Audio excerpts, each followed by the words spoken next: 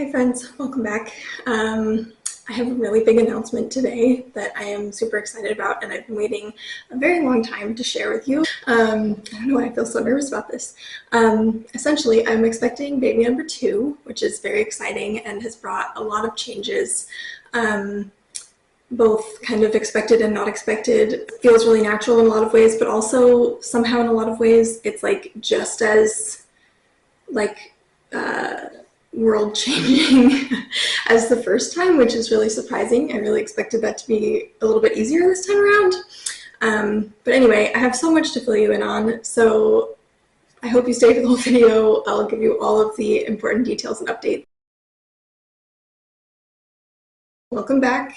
If you're new here, my name is Ruby, and I am an equestrian, horse trainer, riding instructor, whole horsemanship coach. I do equine nutrition, I do human fitness and personal training, so I've got lots of hats that I wear.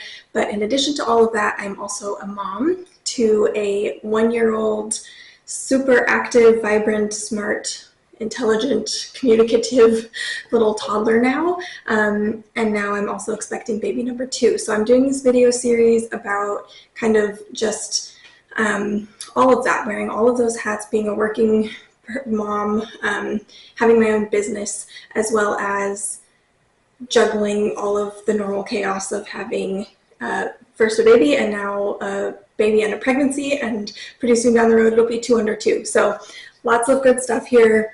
I've been having so much fun with these videos. I did take a bit of a break because just life got really chaotic for a little while there, especially with kind of the first trimester kind of exhaustion. Summer is also like a really busy season for me at the barn with all the kids out of school and more lessons and summer camps and all of that happening. So I'm back, I'm excited to be here, and excited to keep sharing more updates with you. So let's start at the beginning. The first trimester with my first baby was actually, I feel like in some ways harder. I noticed during my first trimester that with the first baby that when I was kind of busy and distracted and working, my symptoms were less noticeable. And what's interesting is that this time, I think partly because I've been so busy chasing her around, in addition to all of the other things that I've been doing, my symptoms have been a lot less. One major difference is my nausea was a little bit worse this time around.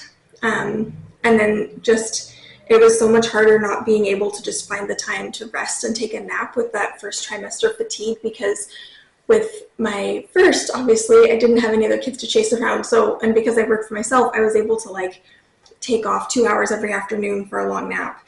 But this time around, that wasn't gonna happen. So every once in a while, I could like sneak in a nap while she was napping, but she's also kind of in this transition from 2 naps to 1 nap. And so our nap schedule is a little bit chaotic, which, speaking of, I'm trying to film this video while she's napping, so we'll see how much of this I get done. There might be kind of a weird cut at some point, but yeah, just like not being able to find the time to rest was challenging, and then not being able to like fuel my body well, especially because I have training in sport nutrition and I still consider myself an athlete, and having just a very active lifestyle in general. I know that it's really important to eat protein and a wide variety of nutrients every day, and I've just been having a really hard time doing that. All I'm really interested in eating, and better now actually, but all I was really interested in eating for a long time was like sourdough toast with butter. And I kind of let myself do it because I'm taking a lot of prenatal vitamins, and I'm taking desiccated beef organ, grass-fed, free-range, whatever, pills as well, and fish oil and all these other things. So I felt like at least I had a lot of those nutritional bases covered, but like even still, it's hard for me to eat protein, which is really frustrating because I know that my body does better when I eat more protein. I can feel the difference in my body. And so that's been a bit of a struggle, but ultimately I'm eating much better now. I think I'm around 13 weeks. That's a whole other can of worms, but maybe for another video. But essentially, I've been having a really hard time getting prenatal care, which is shocking, and yeah, definitely could be a whole video on its own about just how challenging it is to get care in the system. And I've actually had an appointment, 2 doctor's appointments, and both times they referred me to somebody else for an ultrasound to try to confirm the dating. And both times the ultrasound people that they referred me to were not taking new clients, or were scheduling so far out that it would be past the point where they could accurately confirm the dating. And so I'm still kind of in this weird limbo where I think I'm around 13 weeks.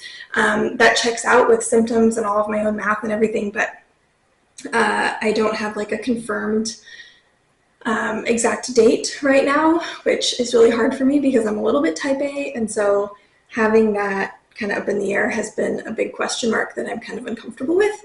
But I'm really happy actually with my care providers. I really like who they are as people. I feel really well supported. I feel like they're taking really good care of me. I just wish that there was somebody who could give me an ultrasound to give me the date. That's like this big gaping hole in my care right now that I can't seem to figure out a way around, and neither can my care providers. So that's pretty frustrating.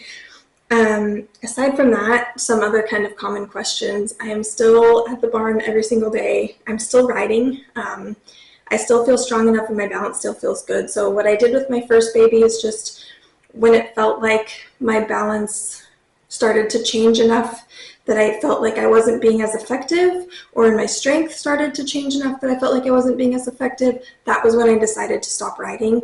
And it was really clear. It was like one day I felt good, and the next day I was like so uncomfortable. It was hard to get on and off. I didn't feel like I was going to be able to zig if the horse zagged, kind of thing. And it just was really abundantly clear that it was time to stop riding. So I'm hoping it's that clear again this time. Oh, and there's my baby waking up. Maybe. We might be okay. So that's the other piece of this that I wanted to kind of touch on, is just she's now walking, running, getting into things, talking. She has really big opinions. She has big ideas about what she wants to do and does not want to do.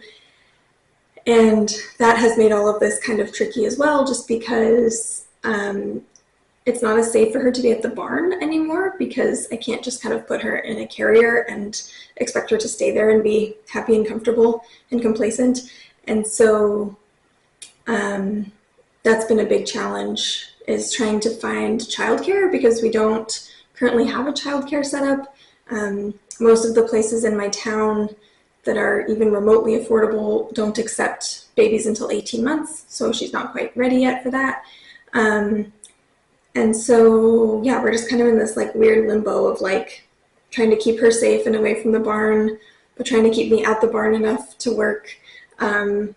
So that's been a little bit of a struggle, in addition to then also trying to manage all these pregnancy symptoms. This was a very hot summer. We had a lot of humidity, which is really different for our area, so that was kind of rough. Although I think this might be my first summer in a really long time that I didn't have any actual heat exhaustion, because I tend to push myself way too hard, even in the heat, and push myself to the point of full-on heat stroke or heat exhaustion. Almost every summer I've done that my whole life, and this year I did not get to that point, which is great. I was really proud of myself for that. So trying to take a little better care of myself this summer. Yeah, I think those are all of the big things. I definitely kind of looking forward. It still feels just as unknown as the first pregnancy as to like how long I'll be able to ride, how long I'll be able to work at the barn, how much I'll be able to do effectively, how many lessons I'll be able to teach. I'm just still not totally sure. One thing that I know I want to do a little bit differently this time is I want to plan to take a little bit more time off before the baby comes. Last time I had planned to work right up until she was born and then take some time off after. And I ended up actually not taking as much time off after as I had planned, because I actually recovered really quickly, and knock on wood, hopefully I can do that again. But I felt really good after just, I think, about 3 weeks. And so I actually ended up going back to work a lot sooner. And I was back on a horse within a month after having her, which was a much faster timeline than I was expecting.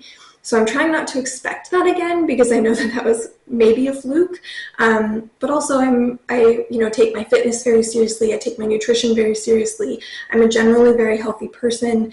I had a very uncomplicated pregnancy and birth last time. So I think as long as I kind of follow those same lines again, I don't see why I wouldn't have something similar where I might be able to and actually want to get back to the barn, because the barn is like, it's more than a job to me, which if you have a big hobby or passion, you probably understand that. But it's like so much of my identity that staying away, and I don't live at my barn, so staying away was really hard for me the first time. And I've never been able to stay away even when I'm sick or anything, just because it's just like my safe place. And so I'm anticipating this time probably feeling similar, but I also want to be able to plan to give myself more time off again, just in case there's any complications or in case it takes a little bit longer to recover. The other thing is that last time, like I mentioned, I had planned to work right up until she was born. And not only did she end up coming 2 weeks early, I think, maybe a week and a half, but she also ended up, this might really be the end of my time.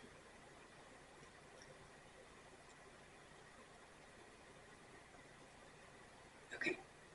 I also ended up having some blood pressure issues right at the end, which I think is really common. And so about 2 weeks before I was planning on taking time off, I ended up having to stay away from the barn completely for my safety. And so that was really hard for me. And so this time I want to plan to take more time off before the baby's born so that I can be prepared for that. And that really is the end. Okay, I'll see you later. Hey friends, this is editing Ruby here at night with bad lighting and after a very long hot day, so sorry for the poor quality at the very end here, but thank you so much for sticking with me through this video. I really appreciate you staying to the end.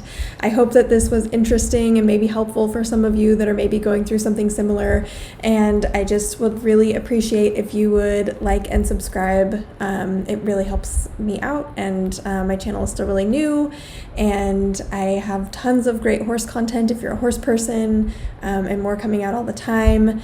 And I will be making a lot more of these videos kind of documenting this pregnancy with a baby and also a business and a outdoor athletic lifestyle. So if any of that feels like it resonates with you, I hope that you'll stick around and subscribe so you can see more of these videos, and I hope to see you around.